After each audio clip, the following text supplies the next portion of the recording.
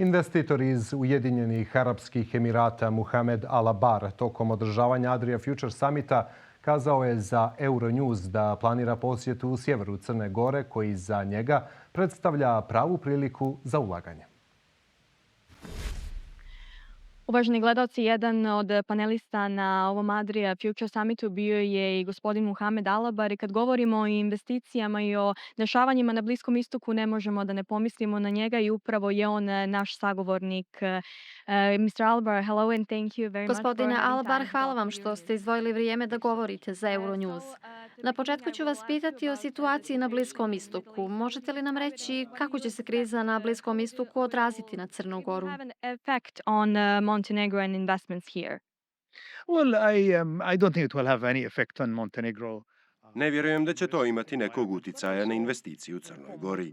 Prema onome što možemo pročitati, reklo bi se da je to završeno, u toku su pregovori koje ja ne razumijem, ali cijeli svijet je pogođen energetskim šokom. Mislim da cijeli svijet jedva čeka da se sve završi i vjerujem da se to upravo dešava. I think the whole world wants this to be closed, and I think it's happening now. Yes, of course. And when we talk about Kada investments, what is govorimo your o current status investicijama, here u in kojoj Montenegro? fazi We'll se talk nalazi vaš projekat na about velikoj Long plaži u Beach. What could you Ulcinju? say about that? Well, we are.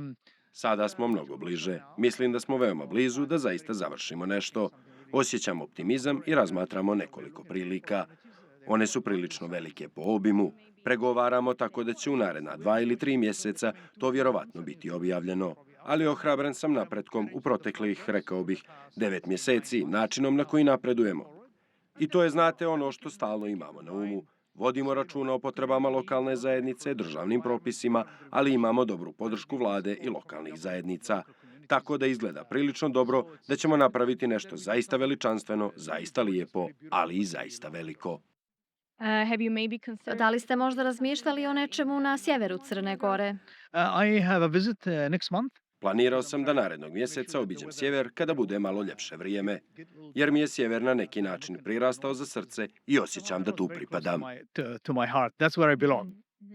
we have beautiful mountains here. Crna Gora ima lijepe planine ovdje. Vi imate iskustva. Mislite li da su planine ono što izdvaja Crnu Goru od ostatka regiona? Which you have an eye for.